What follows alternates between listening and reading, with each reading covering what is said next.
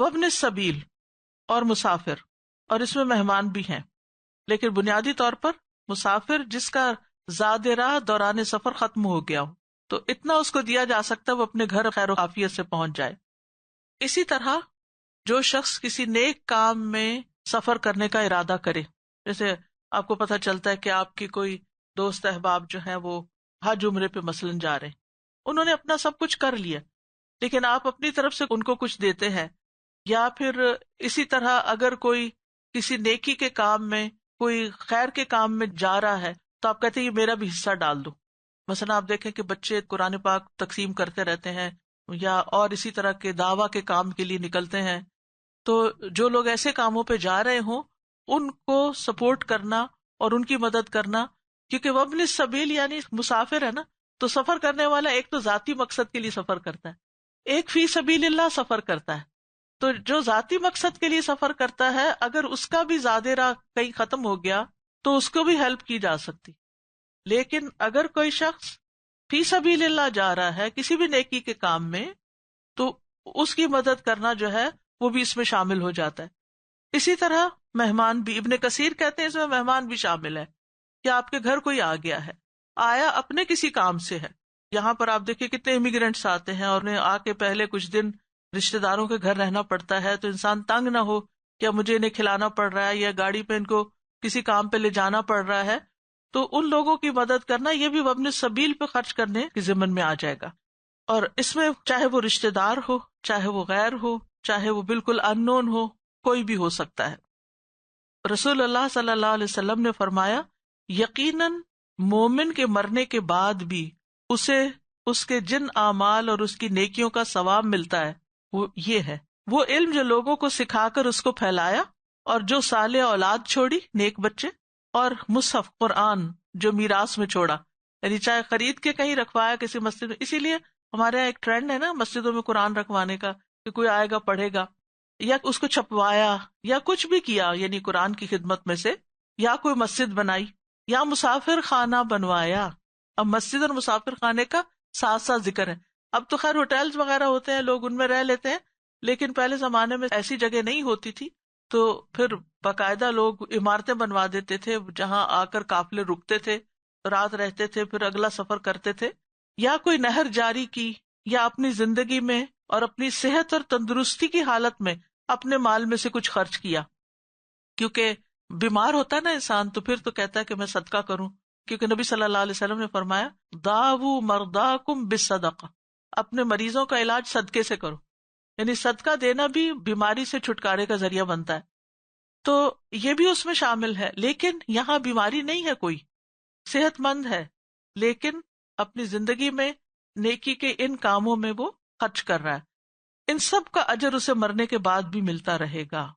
ٹھیک، تو اس میں مسافر خانہ جو ہے اس کا بنانا وہ صدقہ جاریہ کے کاموں میں سے ایک کام ہے۔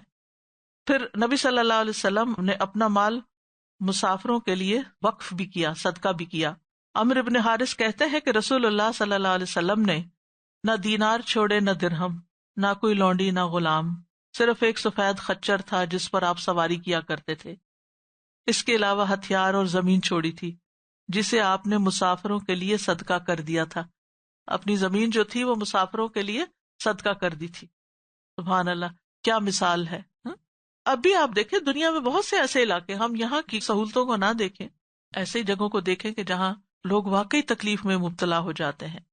بعض جگہوں پر ٹوائلٹس نہیں ہوتے، لوگ سفر کر رہے، خصوصاً پاکستان میں، یعنی بعض دیہات اور علاقے ایسے ہیں کہ جہاں ایسی سہولت نہیں ہوتی اور لوگوں کی ینگ بچیاں ہوتی ہیں، ان کو گھروں سے باہر جانا پڑتا ہے، تو کنواں تو سب اس لیے کھدوا دیتے ہیں کہ وہ ایک نیکی کا صدقہ جاریہ کا کام ہے، لیکن لوگوں کی ایسی ضروریات پوری کرنا کہ جس سے ان کی عزت بچے اور ان کے مسائل حل ہوں، یہ بھی کرنے کے کاموں میں سے ایک کام ہے۔ اسی طرح جانوروں کے پانی پینے کے لیے جگہ تیار کروانا۔ پھر مسافر سے پانی روکنا جو ہے وہ بہت بڑے گناہوں میں سے ہے۔ نبی صلی اللہ علیہ وسلم نے فرمایا 3 طرح کے لوگ ایسے ہیں جن سے اللہ تعالیٰ قیامت کے دن کلام نہیں کرے گا، نہ ان کی طرف دیکھے گا۔ ان میں سے ایک وہ شخص جس کے پاس جنگل میں ضرورت سے زیادہ پانی تھا، پھر وہ مسافروں کو اس سے روکتا تھا، یعنی رہتا تھا کسی ایسی جگہ، پانی تھا لیکن کوئی آنے جانے والا کو پینے نہیں دیتا تھا، لینے نہیں دیتا تھا۔ ایک اور روایت میں ہے اللہ اس سے فرمائے گا آج میں تجھ سے اپنا فضل روک لوں گا جس طرح تو نے اس فضل کو روک رکھا تھا جس کو تیرے ہاتھوں نے نہیں بنایا تھا، یعنی تو نے پانی روک دیا تھا۔ پھر فرمایا وما ملکت ایمانکم، اور جو تمہارے لونڈی غلام ہیں۔ اس میں پرانے زمانے میں تو زر خرید غلام ہوتے تھے، لیکن سیکنڈری طور پر تفسیر احسن البیان میں آتا ہے کہ اس میں گھر، دکان، کارخانوں، ملوں کے ملازم بھی آتے ہیں، نوکر چاکر بھی آتے ہیں۔ تو غلاموں کے ساتھ جو حسن سلوک کی تاکید کی گئی، تو وہ جو تمہارے ماتحت ہوں، جو تمہاری خدمت کرتے ہیں، تمہارے کام کرتے ہیں، ان کے ساتھ بھی حسن سلوک کرو۔ رسول اللہ صلی اللہ علیہ وسلم نے فرمایا اللہ نے تمہارے بھائیوں کو جوانی کی حالت میں تمہارا ماتحت بنایا۔ جس کا مسلمان بھائی اس کے ماتحت ہو، اس کے انڈر کام کر رہا ہو، اس کا امپلائی ہو، اسے چاہیے کہ اس کو اپنے کھانے میں سے کھانا، اپنے لباس میں سے لباس دے، اور اسے ایسی تکلیف نہ دے جو اس پر غالب ہو جائے، یعنی اتنا کام نہ اس سے لے کہ وہ بیچارہ کرنے سے جائے، اگر ایسی تکلیف دے تو اس کی مدد بھی کرے۔ بعض اوقات کام زیادہ ہو جاتا ہے تو ایسی صورت میں دیکھ لینا چاہیے کہ اس کو کس طرح ہلکا کیا جائے۔ اس کا یہ مطلب نہیں کہ جو صرف جھاڑو پوچھا کر رہے ہو تو ان کی مدد کی جائے، اس سے مراد چاہے کوئی آفس میں ہی کام کر رہا ہو۔ ابھی صاحب بالجم کی بھی بات ہوئی، بعض اوقات جو ہمارے ساتھ ہمارے کولیگز، ہمارے ساتھی، ہمارے مددگار، اگر ان کے اوپر ہم دیکھ رہے ہیں کہ کام کا لوڈ زیادہ ہو گیا ہے تو خود خیال کر کے ان کے کام کو بانٹنا چاہیے، کسی اور کو ان کا مددگار بنانا چاہیے۔ بعض اوقات تو کہتے ہیں ہمیں کوئی ہیلپر چاہیے، اور ہم ایک نہیں سنتے کہ ایسی ہی باتیں کرتے ہیں، ان کو ہیلپر کیا چاہیے، خود ہی کام کر لیں۔ نہیں، جہاں بھی کسی کو مدد کی ضرورت ہو انسان اس کے لیے کوشش کرے۔ اگر اللہ نے آپ کو کسی اتھارٹی کی جگہ پہ رکھا ہے، دوسرے لوگوں پر ظلم اور زیادتی نہیں کرنی چاہیے، مار پٹائی نہیں کرنی چاہیے، جیسے لوگوں کے ہاں عام طور پر رواج ہے، چھوٹے چھوٹے بچوں کو رکھ لیتے ہیں ملازم اور پھر ان کے ساتھ وہ ظالمانہ سلوک کرتے ہیں۔ میری اپنی آنکھوں نے دیکھا کسی کے گھر میں کہ وہ چھوٹی سی بچی ان کے گھر میں اس سے کام لیتی، بالکل چھوٹی سی بچی، اور پھر پتہ نہیں اس سے کیا غلطی ہوئی تو میں نے دیکھا کہ وہ عورت اس کو اتنا پیٹ رہی ہے، یعنی ساری فرسٹریشن، ہر ایک کام غصے کی وہ ساری اس کے اوپر نکل رہی ہے۔ تو اس طرح بھی بعض لوگ جو ہے وہ نہ یہ دیکھتے ہیں کہ گھر میں کون آیا ہے، کیا ہو رہا ہے، بس غصہ آیا تو نکالنا شروع کر دیا۔ ان سے غلطیاں ہوتی ہیں، اگر وہ اتنے ذہین ہوتے، عقل مند ہوتے، اسمارٹ ہوتے تو وہ آپ کے ماتحت کام نہ کرتے، وہ کہیں اور ہوتے۔ تو اس کا مطلب یہ ہے کہ ان کے اندر کوئی کمی کمزوری ہے، جسمانی یا ذہنی یا تعلیمی یا کوئی بھی کمی کمزوری، جس کی وجہ سے وہ آپ کے ماتحت ہو گئے، اللہ نے ان کو ایسے مقام پہ رکھا۔ تو اگر ان سے پھر غلطی ہو، یعنی ان کو اپنے لیول پہ مت دیکھے کہ مجھے یہ بات جلدی سمجھ آ گئی تو اس کو کیوں نہیں آئی، اس کو بھی آ جانی چاہیے تھی۔ نہیں، اس کو نہیں جلدی آئی، پھر سمجھائیں، پھر بھی غلطی کرے تو پھر کتنا معاف کریں۔ ایک آدمی نبی صلی اللہ علیہ وسلم کے پاس ہے، کہنے لگا ہم خادم سے کتنا درگزر کریں، آپ خاموش رہے، اسے پھر وہی بات کیا، پھر خاموش رہے، تیسری دفعہ پھر اس نے سوال کیا تو آپ نے فرمایا ہر روز 70 بار اپنے غلام کو معاف کرو۔ 70 بار۔ اگر غلام کو 70 بار معاف کرنا ہے تو شوہر کو کتنی دفعہ معاف کرنا چاہیے، بہن بھائیوں کو کتنی دفعہ معاف کرنا چاہیے، اپنے بچوں کو کتنی دفعہ معاف کرنا چاہیے، یعنی سبھی سے درگزر کے بغیر زندگی کی گاڑی نہیں چل سکتی۔ آپ کو دنیا میں فرشتے نہیں مل سکتے۔ جس انسان سے بھی آپ کا تعلق ہوگا، اس کے نیچر کے فرق کی وجہ سے کچھ نہ کچھ اختلاف سامنے آئے گا، ناپسندیدگی سامنے آئے گی، تو پھر ایسی صورت میں اس کا اظہار نہیں کرنا چاہیے، آنکھیں بند کر لینی چاہیے، درگزر کرنا چاہیے، اگنور کرنا چاہیے۔ اس سے کہتے ہیں تجاہل عارفانہ، پتہ بھی ہے غلطی کی ہے کسی نے، وہ مینشن ہی نہ کرے، ذکر ہی نہ کرے، انجان بن جائے، ہمیں نہیں پتا کہ کی ہے کہ نہیں کی۔ کیونکہ اگر آپ اسے کہیں کہ تم نے یہ کیا، تم نے وہ کیا، تم نے یہ بھی کیا تھا، اچھا نتیجہ کیا نکلے گا؟ جب آپ کسی کو اتنا ذلیل کر دیتے ہیں، یا جب آپ کسی کو اتنا احساس دلا دیتے ہیں کہ یو آر نتھنگ، کسی کو بھی، کسی بھی ریلیشن شپ میں جب آپ کسی کو یہ بار بار جتاتے ہیں، آپ اس سے کس چیز کی توقع رکھتے ہیں کہ وہ آپ کو کتنی عزت دے گا، آپ سے کتنی محبت کرے گا، آپ کا کتنا خیال رکھے گا، آپ کے لیے کتنی کیئر کرے گا؟ چاہے آپ کی اولاد ہو، چاہے آپ کا شوہر ہو، چاہے کوئی بھی ہو، اگر غصہ آ ہی گیا نا، خاموشی اختیار کر لے، منہ سے نہ بولیں، کیونکہ منہ سے نکلے ہوئے لفظ جو ہے نا، وہ بعض اوقات جو آپ نے کسی کو کوئی ایسا احساس دلایا ہوتا ہے نا، یقین کریں ساری زندگی نہیں بھولتا۔ اس کے بعد آپ 100 نیکیاں بھی اس بندے سے کرتے ہیں نا تو اس کو وہ نہیں بھولتا، اچھا یہ وہی ہے، یعنی کتنا بھلا ہے۔ ایک چپ پر 100 سکھ والی بات ہے۔ ایک دفعہ خاموشی اختیار کر لیں اور تھوڑی دیر کے بعد آپ کا غصہ، آپ کی جلن وہ بھی ختم ہو جائے گی اور معاملہ رفع دفع ہو جائے گا، کیونکہ آپ اس کی ضرورت ہے، وہ آپ کی ضرورت ہے، آپ اکیلے نہیں رہ سکتے۔ آپ دیکھیں نا اس وقت لوگوں کو اکیلے جو گھروں میں رہنا پڑ رہا ہے، اور وہ اس دن بات ہو رہی تھی کہ لوگ خودکشی کر رہے ہیں اس بنا پر کہ اس سے بہتر ہے مر ہی جائیں، تو یہ بہت تکلیف دہ عمل ہے. تو جب ہماری ضرورت ہے لوگ وہ ہمیں دے بھی رہے ہیں، وہ ہماری خدمت بھی کر رہے ہیں، ہماری مدد بھی کر رہے ہیں، اور تکلیف بھی اگر آ گئی ان سے سو واٹ، کوئی بات نہیں. تو درگزر بہت ضروری ہے، اور خاص طور پر خادموں کی بات اس لیے کہ برابر والوں پہ بھی زور کم ہی چلتا ہے نا ہمارا، اور اپنے سے بڑوں پہ بھی کم چلتا ہے. زور چلتا ہے تو اپنے نیچے والوں پہ چلتا ہے، یا بچے یا پھر خادم، تو ان کے ساتھ زیادہ احسان کی پھر ضرورت ہے. ان اللہ لا يحب من کان مختالا فخورا، بے شک اللہ نہیں محبت رکھتا اس سے جو مختال اور فخور ہو، خود پسند، شیخی ہو رہا. مختال ہوتا ہے عمل میں اور فخور ہوتا ہے زبان سے. یعنی جو شخص خود پسند ہو، اپنی بہت تعریف کرے، یعنی ایسے کام کرے کہ جس سے تکبر ظاہر ہوتا ہو، اپنے آپ کو بڑی چیز سمجھے، اور پھر اپنی بہت تعریفیں کرے، اور وہ ہر وقت یہی چاہے کہ لوگ اس کو اپریشیٹ ہی کرتے رہیں، تو اللہ کی نگاہ میں دیکھیے اس کا کیا مقام ہے. اللہ تعالیٰ کو ایسا شخص پسند نہیں. اب یہاں پر آپ دیکھیے سارے ریلیشن شپس کی بات ہوئی، حقوق کی بات ہوئی، تو پھر اس کے اینڈ میں فرمایا کہ جو شخص خود پسند ہو، شیخی خورا ہو، اللہ کو پسند نہیں. کیونکہ ایسے ہی لوگ دوسروں کے حق مارتے ہیں، ایسے ہی لوگ دوسروں کو تنگ کرتے ہیں جن کے اندر تکبر ہوتا ہے، جو اپنے آپ کو بڑی چیز سمجھتے ہیں، جو اپنے آپ کو بڑا عقل مند سمجھتے ہیں، بہت ذہین سمجھتے ہیں، دوسروں کو بے وقوف سمجھتے ہیں، ان کو کچھ پتہ نہیں. ہر ایک کی خامیاں ان کو نظر آتی ہیں، اپنی کوئی خامی نظر نہیں آتی، اپنی تعریفیں. یہ ایٹیٹیوڈ جو ہے یہ انسان کو اللہ کی نگاہ میں گرا دیتا ہے. انسان کو دوسروں میں ہمیشہ خوبیاں تلاش کرتے رہنا چاہیے، اس کے اندر یہ خیر، اس کے اندر یہ، اس کے اندر یہ. انسان دیکھے دوسرے کو تو اس کی خیر یاد آئے. اپنے آپ کا جائزہ اندر سے خود لیا کرے کہ جب آپ کسی کو بھی دیکھتے ہیں تو آپ کو اس کی خیر یاد آتی ہے، شر یاد آتا ہے. اگر کوئی بری بات یاد بھی ہے تو اس کو ہٹائیں اور اس کی خیر یاد کریں. آپ یقین کریں کہ آپ دنیا کے سب سے خوش انسان ہو جائیں گے، مطمئن ہو جائیں گے، کیونکہ آپ ہر ایک کے اندر خیر ڈھونڈ رہے ہیں اور اپنے اندر کی غلطیاں تلاش کرتے رہیں. تو مختالن فخورا کے الٹ ہو جائے گا. اور فخر وہ ہوتا ہے کہ اپنی کسی خوبی، اپنے حسن و جمال پہ، اپنے کپڑوں پہ، اپنے کسی کام کی انسان تعریف کرتا رہے. تو اگر انسان کے اندر تکبر ہوگا تو یہ خرابی پیدا ہوتی ہے، یہاں سے نفس کی خرابی پیدا ہوتی ہے، اور یہاں سے یہ اکڑ پیدا ہوتی ہے. اور اس کا انجام کیا ہے؟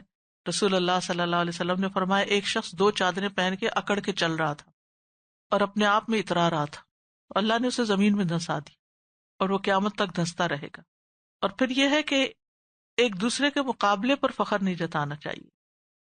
اچھا، ان کی کچھ اور صفات بھی ہوتی ہیں مختال فخور کی، جو اگلی آیت میں بیان کی گئی ہیں. الذين يبخلون ويأمرون الناس بالبخل ويكتمون ما آتاهم الله من فضله وأعتدنا للكافرين عذابا مهينا. مختالن فخورا کون ہے؟ وہ لوگ جو بخل کرتے ہیں اور لوگوں کو بخل کرنے کا حکم دیتے ہیں، اور اللہ نے جو کچھ اپنے فضل سے عطا کیا ہے اسے چھپاتے ہیں، اور ہم نے ایسے کافروں کے لیے رسوا کن عذاب تیار کر رکھا ہے. بخل کرتے ہیں اور لوگوں کو بھی کرنے کا کہتے ہیں. بخل جو ہے ایک بدترین صفت ہے جو خاص طور پر مال کے ساتھ وابستہ ہے. بخل انسان کو مالی حقوق ادا کرنے سے روک دیتا ہے، جیسے زکوٰۃ کی ادائیگی، مہمان نوازی، رشتہ داروں کے ساتھ حسن سلوک، جن کی کفالت انسان کی ذمہ ہو اس پہ خرچ نہ کرنا، اپنے ہی بچوں پہ خرچ نہ کرنا. اسی طرح بعض اوقات قولی حقوق جو ہے ان کو بھی ادا کرنے سے روکتا. سلام نہیں کرتا انسان، میں کیوں کروں، اس کو کرنا چاہیے پہل. پھر اسی طرح نبی صلی اللہ علیہ وسلم پر درود نہ بھیجنا، آپ نے فرمایا سب سے بڑا بخیل وہ ہے، تو یہ بھی بخل میں شامل ہے. تو جو لوگ بخل کرتے ہیں وہ والدین کے ساتھ، رشتہ داروں، یتیموں، مسکینوں، مسافروں کے ساتھ احسان نہیں کر سکتے، اور پھر وہ دوسروں کو بھی ساتھ روک رہے ہیں. قرآن مجید میں تھوڑ دل انسان کی مذمت کی گئی. ان الانسان خلق ہلوعا اذا مسہ الشر جزوعا واذا مسہ الخیر منوعا. بلا شبہ انسان تھوڑ دلا بنایا گیا ہے، جب اسے کوئی تکلیف پہنچتی ہے تو گھبرا اٹھتا ہے، اور جب مال ملتا ہے تو بخیل بن جاتا ہے، دوسروں سے روک لیتا ہے. نبی صلی اللہ علیہ وسلم نے فرمایا آدمی میں سب سے بدترین چیز بے صبر پن کے ساتھ بخل اور حد سے زیادہ بزدل ہونا ہے. یعنی بدترین انسان ہے جس کے اندر بے صبرا پن ہے اور ساتھ بخل بھی ہے. اور پھر اس سے مزید گناہوں کے دروازے کھلتے ہیں اور بہت سی خرابیاں شروع ہو جاتی ہیں. مزید ان کے اندر کیا ہے خرابی مختالاً فخورا کے اندر؟ وَيَكْتُمُونَ مَا آتَاهُمُ اللَّهُ مِنْ فَضْلِهِ، اور وہ چھپاتے ہیں اس کو جو اللہ نے اپنے فضل سے ان کو دیا ہے. ایک ہوتا ہے فعل میں کتمان اور ایک ہوتا ہے قول میں. فعلی کتمان کیا ہوتا ہے؟ عملی طور پہ چھپانا کیا ہوتا ہے کہ انسان اللہ کی نعمت ظاہر نہ کرے، یعنی اس انسان کے اوپر اللہ کی نعمت کے کوئی آثار ہی نظر نہ آتے ہوں. اس کے پاس مال بہت ہو لیکن لوگوں کے سامنے فقیر بن کے آتا ہو، اس کا لباس، اس کا رہن سہن، فقیرانہ سواری. وہ پاک دامنی کی وجہ سے ایسے نہیں کرتا، بخل کی وجہ سے کرتا ہے کہ لوگ مجھ سے مانگ نہ بیٹھیں. اگر میں نے اچھے کپڑے پہن لیے تو لوگ مجھ سے توقع لگا بیٹھیں گے کہ میں اپنے مال میں سے ان کو بھی کچھ پہناؤں یا ان کو بھی کچھ کھلاؤں یا ان کو بھی کچھ دوں. اور قولی کتمان کیا ہوتا ہے کہ وہ لوگوں کے سامنے کہے میرے پاس تو کچھ ہے ہی نہیں، حالات بڑے مشکل ہو گئے، بڑی مہنگائی ہوگی. اچھا کچھ لوگوں کی عادت ہوتی ہے، اللہ تعالیٰ معاف کرے سب کو، کہ ان کے پاس ہوتا ہے اچھا بھلا، اس کا وہ ذکر نہیں کرتے، لیکن ہر وقت وہ اپنی مالی پریشانیاں بتاتے رہتے. یہ بھی ذمہ داری ہے، وہ بھی ہے، اس کا کیا بنے گا، اس کا کیا بنے گا، ہر وقت اسی قسم کی باتیں. اور یہ باتیں عام طور پر رشتے داروں کے بیچ میں زیادہ ہوتی ہیں. ہر وقت مسکین نظر آتے ہیں، حالانکہ بہت کچھ ہوتا بھی ہے لیکن وہ ظاہر نہیں کرتے. تو اللہ کی نعمتوں کا تذکرہ کرنا چاہیے، کیونکہ یہ بھی اللہ تعالیٰ کے احسانات کا ایک طرح سے اقرار ہوتا ہے. وَأَمَّا بِنِعْمَةِ رَبِّكَ فَحَدِّثْ، اور لیکن اپنے رب کی نعمت اسے بیان کیجیے. ابو نضرہ کہتے ہیں مسلمانوں کا یہ نظریہ رہا ہے کہ نعمتوں کا شکر ادا کرنے کے طریقوں میں نعمتوں کا تذکرہ کرنا بھی شامل ہے، یعنی شکر ادا کرنے میں نعمت کا تذکرہ کرنا بھی ہے. اللہ تعالیٰ کے احسانات کا ذکر کرنا چاہیے. رسول اللہ صلی اللہ علیہ وسلم نے فرمایا جو لوگوں کا شکریہ ادا نہیں کرتا وہ اللہ تعالیٰ کا بھی شکر ادا نہیں کرتا. اللہ تعالیٰ کے انعامات اور احسانات کو بیان کرنا شکر ہے اور اس کو چھوڑنا ناشکری ہے. تو اللہ تعالیٰ کے احسانات کو یاد کرنا چاہیے. قرآن مجید میں بھی آتا ہے فاذکروا نعمت اللہ یا بنی اسرائیل اذکروا نعمتی التی انعمت علیکم. اچھا، نعمت کا ذکر کرنا اور فخر کرنا، ان دونوں میں فرق ہے. ابن قیم کہتے ہیں اللہ کی نعمتوں کے تذکرے اور ان پر فخر میں فرق یہ ہے کہ نعمتوں کا تذکرہ کرنے والا اصل میں نعمتیں عطا کرنے والے کی بڑائی بیان کرتا ہے. اللہ نے دیا تو اللہ کی بڑائی بیان کرے گا، جس کے ذریعے وہ ان نعمتوں کو صرف اسی کی کرم نوازی اور احسان قرار دیتا ہے. وہ کیا کہتا ہے اس میں میرا کوئی کمال نہیں، سب اللہ ہی کا دیا ہوا، اللہ ہی کا فضل ہے، اللہ ہی کا کرم ہے، اللہ ہی کی رحمت ہے. یعنی وہ ہر وقت اللہ کو یاد کرتا ہے، اللہ کی بڑائی بیان کرتا ہے. اچھا، اس کے بعد فخر کرنے والا کیا کرتا ہے؟ وہ کس کی بڑائی بیان کرتا ہے؟ اپنی بڑائی بیان کرتا ہے. میں نے یہ کام کیا، میں نے یہ یہاں محنت کی، میں نے بڑی تکلیفیں اٹھائیں اور پھر اس کے بعد مجھے یہ چیز ملی. تو اللہ کی نعمت کا تذکرہ کرنے والا اللہ کا شکر ادا کرتے ہوئے اس کی نعمتوں پر ثنا خوانی کرتا ہے، لوگوں کو اللہ کے انعامات بتلاتا ہے، جس کا مقصد صرف اللہ کی بڑائی، حمد اور ثنا بیان کرنے کے ساتھ ساتھ اپنی جان کو اس بات کا عادی بنانا مقصود ہوتا ہے کہ صرف اسی سے مانگا جائے، اسی سے محبت کی جائے، اسی سے امید لگائی جائے. چنانچہ ایسا شخص اللہ کی نعمتیں بیان کر کے نعمت کا تذکرہ کرتا ہے. ابن قیم کہتے ہیں جبکہ نعمتوں پر فخر کرنے والا شخص اللہ کی عطا کردہ نعمتوں کے باعث لوگوں پر زبان درازی کرتا ہے، یعنی مال زیادہ ہے نا تو دوسروں میں کیڑے نکالے گا، اور انہیں یہ باور کراتا ہے کہ وہ ان سے اعلیٰ، افضل اور بڑا ہے. ہر وقت لوگوں کے سر چڑھ کر رہے، انہیں اپنا غلام سمجھے اور ان نعمتوں کی وجہ سے لوگوں کو اپنی تعظیم اور خدمت گزاری پہ مجبور کرے. یہ سب فخر و غرور کی علامتیں. تو دونوں کے رویوں میں بڑا فرق ہے. پھر اسی طرح یہ ہے کہ نعمت کے اظہار میں کہ اللہ کی نعمت کا اثر نظر آنا چاہیے. یعنی اگر اللہ نے مال دیا ہے تو اچھے کپڑے پہننے میں کوئی حرج نہیں، دکھاوا نہیں ہونا چاہیے، جمال اختیار کرنا چاہیے. ابن مسعود کہتے ہیں ایک شخص نے عرض کیا یا رسول اللہ مجھے یہ چیز اچھی لگتی ہے، صلی اللہ علیہ وسلم، مجھے یہ چیز اچھی لگتی ہے کہ میرے کپڑے دھلے ہوئے ہوں، میرے سر میں تیل لگا ہو، میرے جوتوں کا تسمہ نیا ہو. اس نے کچھ اور چیزیں بھی ذکر کی، حتیٰ کہ اپنے کوڑے کی رسی کا ذکر بھی کیا. یا رسول اللہ کیا یہ بھی تکبر میں شامل ہوگا؟ فرمایا نہیں، یہ تو خوبصورتی ہے. بے شک اللہ خوبصورت ہے اور خوبصورتی کو پسند کرتا ہے. تکبر تو یہ ہے کہ انسان حق بات کو قبول نہ کرے اور لوگوں کو حقیر سمجھے. وَأَعْتَدْنَا لِلْكَافِرِينَ عَذَابًا مُهِينًا، اور ہم نے کافروں کے لیے رسوا کرنے والا عذاب تیار کر رکھا ہے. کیوں؟ کیونکہ وہ اللہ کے بندوں کے ساتھ تکبر کے ساتھ پیش آتے ہیں، اللہ کی نعمتوں کی ناشکری کرتے ہیں، اللہ کے حقوق کو ادا نہیں کرتے، اللہ کی نافرمانیاں کرتے ہیں، اور بخل کی وجہ سے دوسروں کے حقوق نہیں دیتے، انہیں محروم رکھتے ہیں. وہ دوسروں کی دنیا کی زندگی کو مشکل بناتے ہیں، اللہ ان کی آخرت کو مشکل بنا دے گا. والذین ينفقون أموالهم رئاء الناس ولا يؤمنون بالله ولا باليوم الآخر ومن يكن الشيطان له قرينا فساء قرينا. اور وہ لوگ جو اپنے مال لوگوں کو دکھانے کے لیے خرچ کرتے ہیں اور وہ نہ اللہ پر ایمان رکھتے ہیں اور نہ ہی آخرت کے دن پر، اور جس کا ساتھی شیطان ہو جائے تو وہ کتنا برا ساتھی. ایک طرف بخل کرنے والوں کا ذکر کیا گیا اور دوسری طرف مال خرچ کرنے والوں کا، لیکن دکھاوے کے لیے. کہا جاتا ہے کہ نبی صلی اللہ علیہ وسلم کے زمانے میں یہود جو تھے وہ بخیل تھے اور مشرکین جو تھے وہ دکھاوے اور شہرت کے لیے خرچ کرتے تھے. تو یہاں ان لوگوں کا ذکر ہے جو ریاکار ہیں، شہرت اور ریاکاری کے لیے خرچ کرتے ہیں تاکہ ان کی تعریف کی جائے. ان کا مقصد اللہ کو راضی کرنا نہیں ہوتا.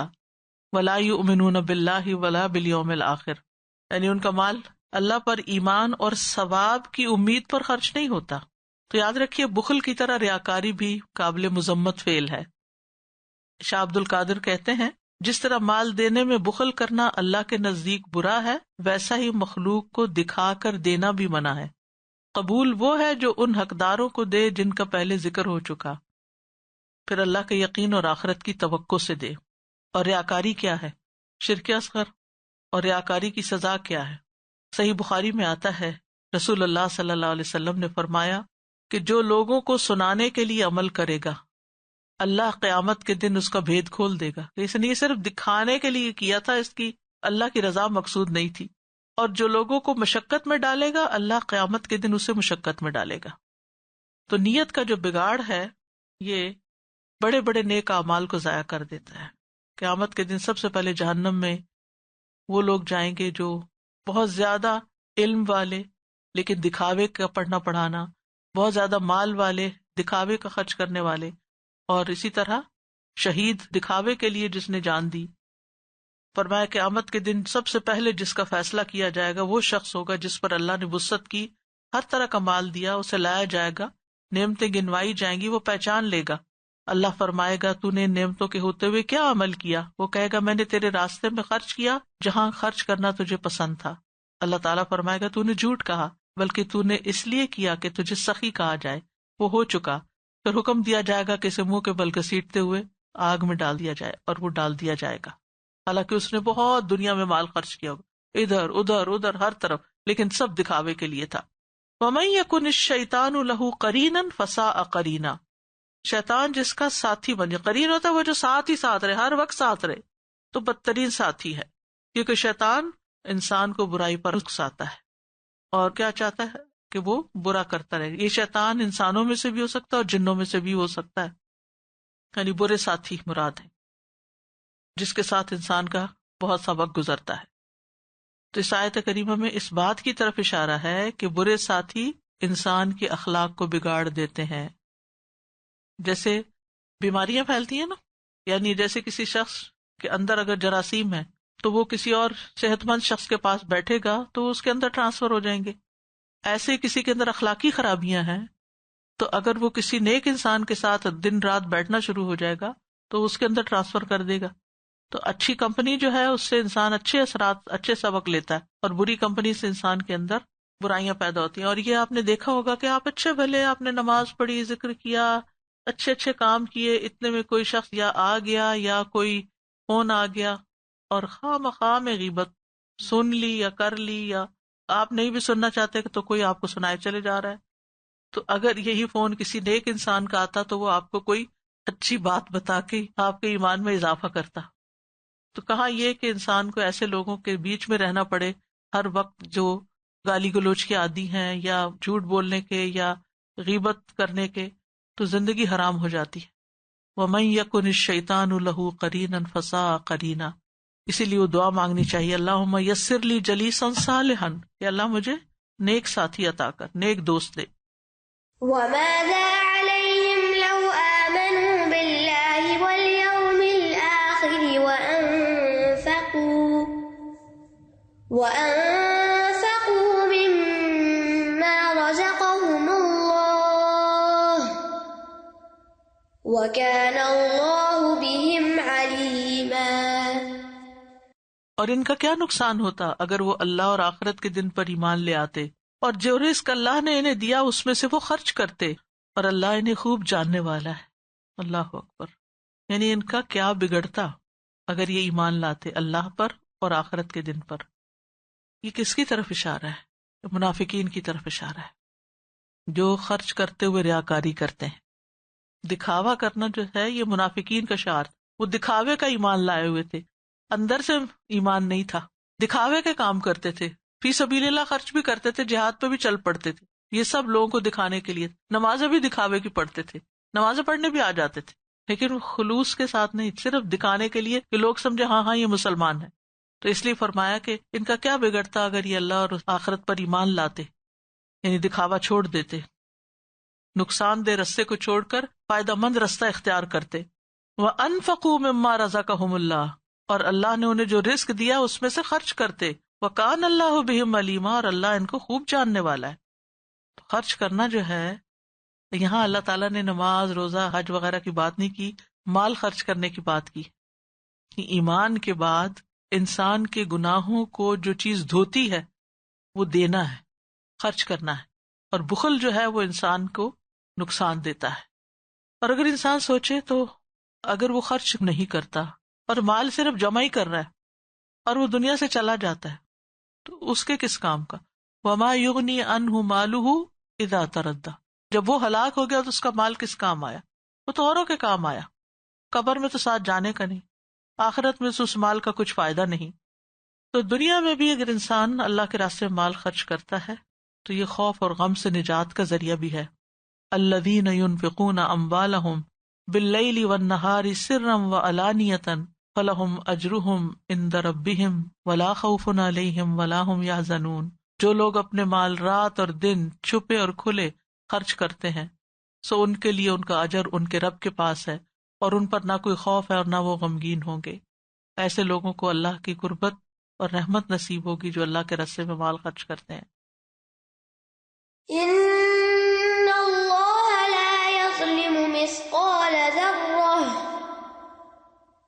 وَإِن تَكُ حَسَنَةً يُضَاعِفْهَا وَيُؤْتِ مِن لَّدُنْهُ أَجْرًا عَظِيمًا. بے شک اللہ ذرہ برابر بھی ظلم نہیں کرتا، اور اگر کوئی نیکی ہو تو اسے دگنا کر دے گا اور اپنے پاس سے اجر عظیم عطا کرے گا. یعنی اللہ تعالیٰ کسی کے بھی دیے ہوئے میں سے، کچھ کیے ہوئے میں سے کمی نہیں کرتا. یعنی اللہ کے راستے میں دے کے کم نہیں ہوتا، ذرے کے برابر بھی کم نہیں ہوتا، بلکہ کیا ہوتا ہے، نیکی ہو تو اسے کئی گنا بڑھا دیتا ہے، اور صرف بڑھاتا نہیں، اپنے پاس سے اجر عظیم عطا کرتا ہے. اور نیکی کتنی؟ ذرے کے برابر. مثقال مفعال کے وزن پر ہے، قلیل چیز، یعنی سب سے چھوٹی چیز جس کو تولا جا سکتا ہو. اور پھر ذرہ کہتے ہیں چونٹی کو. اور غبار کے بھی ذرات ہوتے ہیں، یہ جو وہ اڑتے رہتے ہیں، باقی ذرات. یعنی اگر صرف ایک اڑنے والے ذرے جتنی بھی کوئی نیکی کر دیتا ہے تو اللہ تعالیٰ اس کو بھی بہت بڑا کر دیتا ہے. ایک نیکی 10 گنا ہو جاتی ہے. اور یہاں پر فرمایا اپنے پاس سے اجر عظیم عطا کرے گا. اور قیامت کے دن ذرہ برابر نیکی بھی لائی جائے گی. یومئذ یصدر الناس اشتاتا لیروا اعمالهم فمن یعمل مثقال ذرۃ خیرا یرہ. ذرے برابر نیکی کی ہوگی وہ بھی دیکھے گا، اور ذرے برابر شر کیا ہوگا وہ بھی دیکھے گا. اور رائی کے دانے برابر بھی اگر ایمان ہوگا نا انسان کے دل کے اندر تو بھی وہ اس کو جنت میں داخل کروا دے گا. تو اس لیے بہت ضروری ہے کہ انسان نیکی کا حریص ہو. بہت ہی خوبصورت آیت ہے کہ اگر تم نیکی کرو گے تو اللہ تعالیٰ تمہارے اجر میں کمی نہیں کرے گا، اور اگر وہ اس پہ اجر دے گا تو صرف اتنا نہیں دے گا، کئی گنا زیادہ دے گا، اور اپنے پاس سے مزید بھی دے گا جس کا انسان تصور ہی نہیں کر سکتا. وآخر دعوانا ان الحمد للہ رب العالمین. سبحانک اللہم وبحمدک، اشہد ان لا الہ الا انت، استغفرک واتوب الیک. السلام علیکم ورحمۃ اللہ وبرکاتہ.